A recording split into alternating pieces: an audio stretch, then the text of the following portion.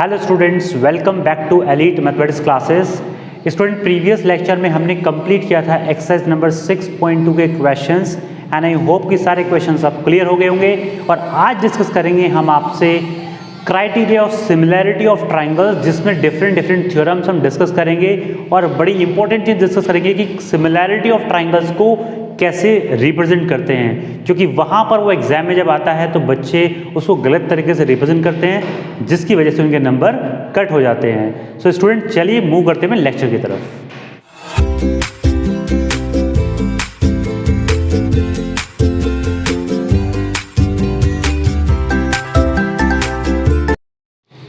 So student, start करते हैं अपने लेक्चर को। और इसमें हमने जो अब तक कंप्लीट किया है वो बेसिक प्रोपोर्शनैलिटी थ्योरम किया है, उसकी दो बातें हमने देखी थी।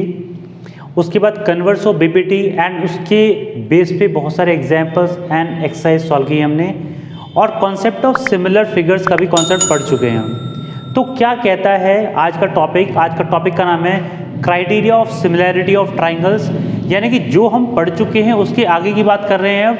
यानी क्या क्या हमारे क्राइटेरिया हो सकते हैं, क्या क्या थ्योरम्स हमारी हो सकती हैं कि जो हमें सिमिलैरिटी ऑफ ट्राइंगल्स के बारे में बताएं।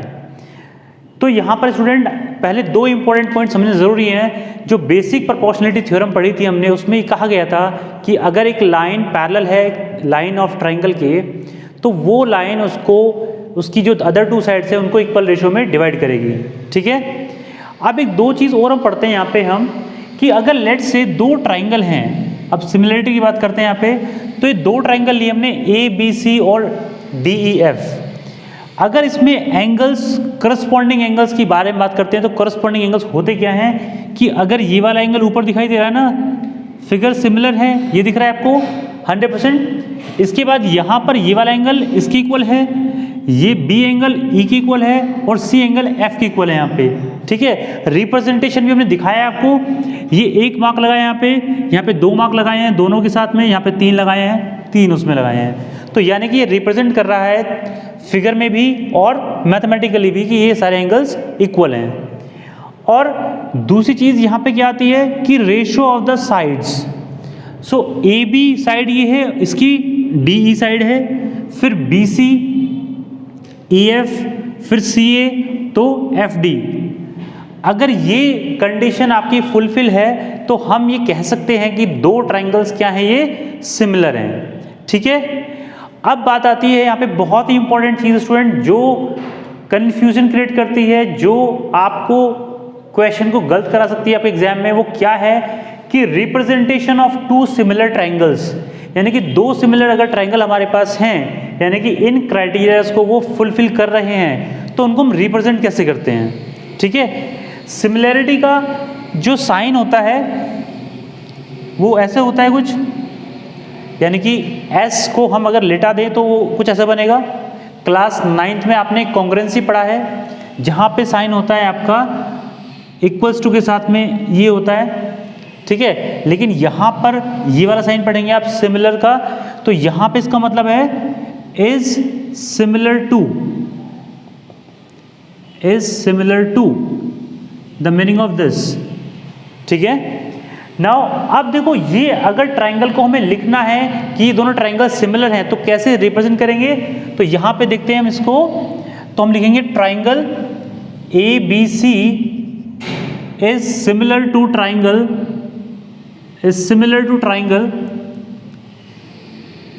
DEF। अब क्या इसमें खास बात है, कैसे हमने लिखा है इसको, वो देखिए ध्यान से आप। तो हमने लिया ABC, राइट। A का करस्पॉन्डिंग एंगल क्या है? D। तो अगर यहाँ फर्स्ट A है तो यहाँ पे फर्स्ट D होगा, फिर B तो यहाँ पे E, और यहाँ पे C यहाँ पे तो F। तो अकॉर्डिंग टू करस्पॉन्डेंसी हम उसको उसी तरीके से लिखते हैं। और क्या लिख सकते हैं स्टूडेंट इसको? देखो जरा ध्यान से। और ट्राइंगल अगर हम बात करें BAC is similar to triangle, अब ये लिया है हमने तो EDF। क्लियर? इस तरीके से रिप्रेजेंट कर सकते हैं इसको। और जैसे चाहो CAB, ट्राइंगल CAB, उसी ऑर्डर में चलना है जैसे आपको जैसे आप पहले ट्रायंगल में चले हैं, यानी कि एफ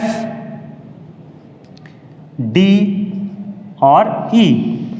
सो आप इस तरीके से कितने भी पेयर बना सकते हैं, उससे कोई दिक्कत नहीं है। बट जब आप एग्जाम में कर रहे हो क्वेश्चंस को, तो क्या ट्रायंगल ले रहे हो आप, किसके एंगल कौन सा इक्वल है करस्पॉन्डिंग, उसके हिसाब से आपका ट्रायंगल बनता है। तो ये बहुत ही इंपॉर्टेंट चीज़ है स्टूडेंट, जो बच्चे मिस कर देते हैं वहाँ पे और उससे गलती हो जाती है, एग्जामिनर नंबर आपके कट कर लेता है। तो यहाँ पर समझ में आया आपको, जो भी एंगल करस्पॉन्डिंग है उसके हिसाब से हम उसको मतलब प्रॉपर तरीके से मैनेज करेंगे वहाँ पे, ठीक है। यानी कि ए के साथ कौन है डी, बी के साथ कौन है ई, सी के साथ कौन है एफ, फिर बी के साथ तो ई है तो ई आया, ए के साथ डी और सी के साथ एफ। ऐसे ही हर एक में कोई भी ट्रायंगल आप किसी तरह दे सकते हो, उससे कोई फर्क नहीं पड़ेगा, क्योंकि ट्रायंगल तो आपका सेम ही है ना, ट्रायंगल सेम है, उसको लिखने के तरीके डिफरेंट हो सकते हैं। ठीक है स्टूडेंट, आई होप ये आपको क्लियर हो गया होगा। अब हम बात करते हैं अपनी नेक्स्ट पार्ट पे, जो कि हमारे थ्योरम है, और उसके बारे में डिस्कस करते हैं। Now student look at the next theorem, बहुत ही इंपॉर्टेंट और अच्छी थ्योरम है। देखिए इसको कैसे क्या कहती है थ्योरम।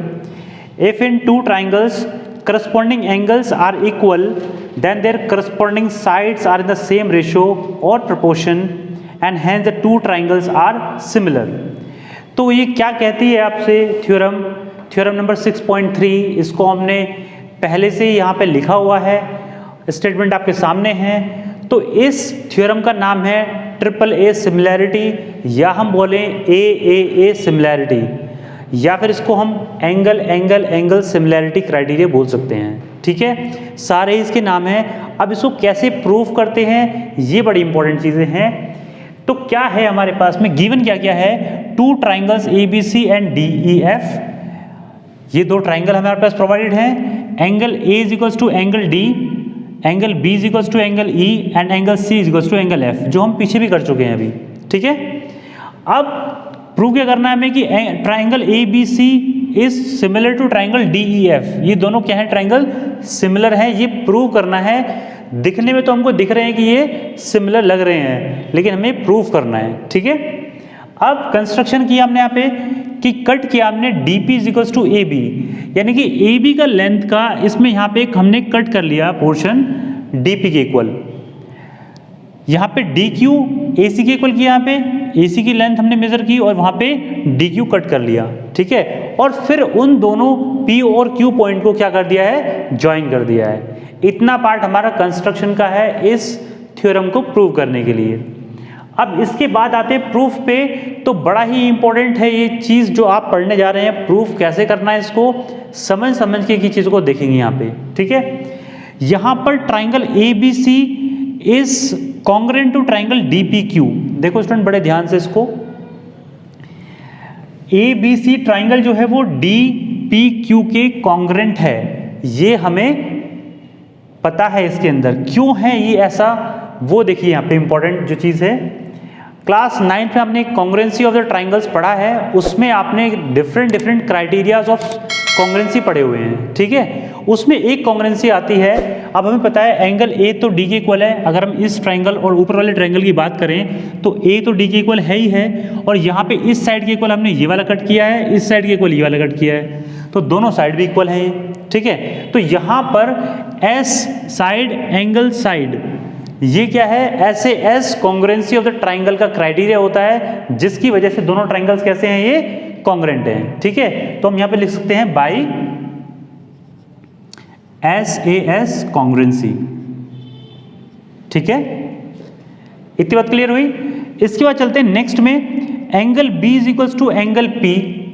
अब ये क्यों होगा, angle B is equals to angle P और is equals to angle E, तो यहाँ पे हमें गिवन तो है angle B is equals to angle E, लेकिन वो P के इक्वल क्यों है, क्योंकि स्टूडेंट जो ट्राइंगल हैं दोनों, ये वाले छोटे वाले ट्राइंगल्स, ये दोनों क्या हैं, कॉन्ग्रेंट हैं। और अगर दो ट्राइंगल्स कॉन्ग्रेंट है तो उनकी साइड सारी इक्वल होंगी और सारे एंगल्स भी उनके इक्वल होते हैं। तो इसीलिए ये जो तीनों एंगल्स है वो इक्वल यहाँ पे शो हो रहे हैं, और इसी की वजह से ये जो है आपके पास P Q is equals to E F, sorry parallel, P Q parallel to E F. अब देखो ये वाला जो एंगल है ये इसके इक्वल है, राइट।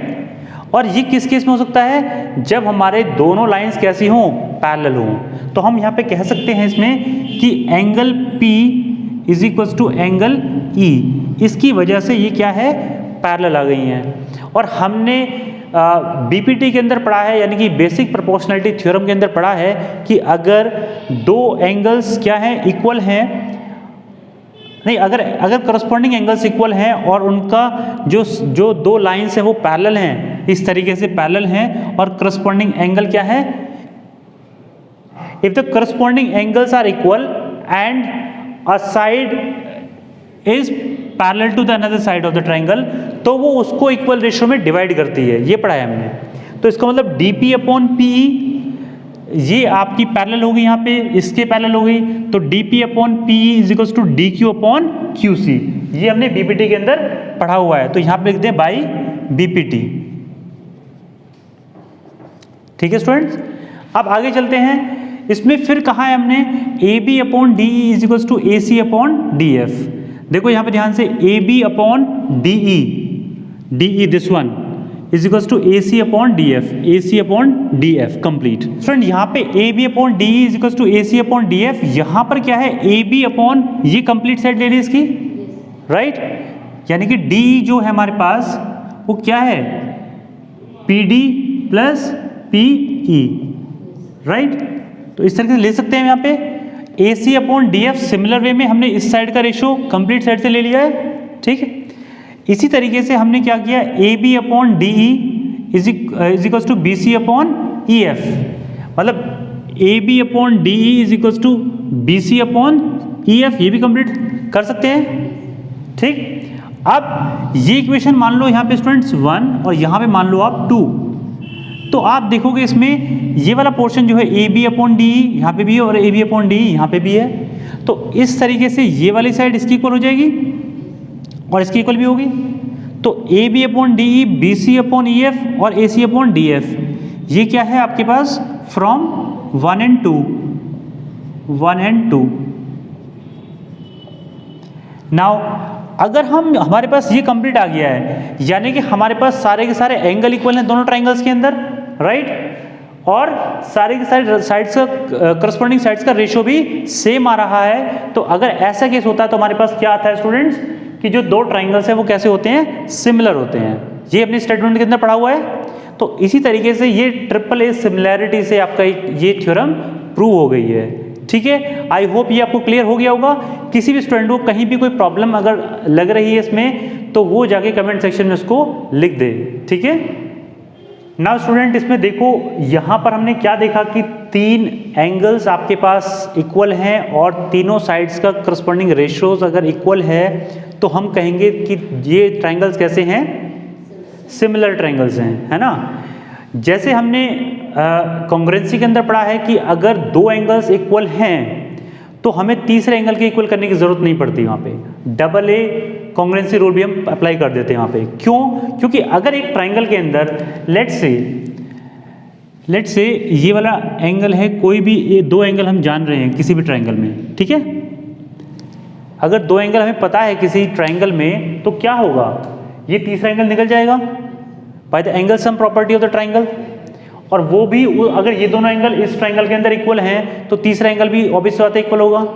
तो अगर हमें सिमिलैरिटी बोलनी है तो डबल ए सिमिलैरिटी के नाम से इसको बोल सकते हैं। यानी कि अगर आपने 2 एंगल इक्वल प्रूव कर लिए तो यहाँ पर आप कह सकते हो कि दोनों ट्राइंगल कैसे हैं, सिमिलर हैं, ठीक है। इतनी भी आपकी जो सिमिलैरिटी की कॉन्सेप्ट है उससे भी काम चल जाएगा, ठीक है स्टूडेंट्स।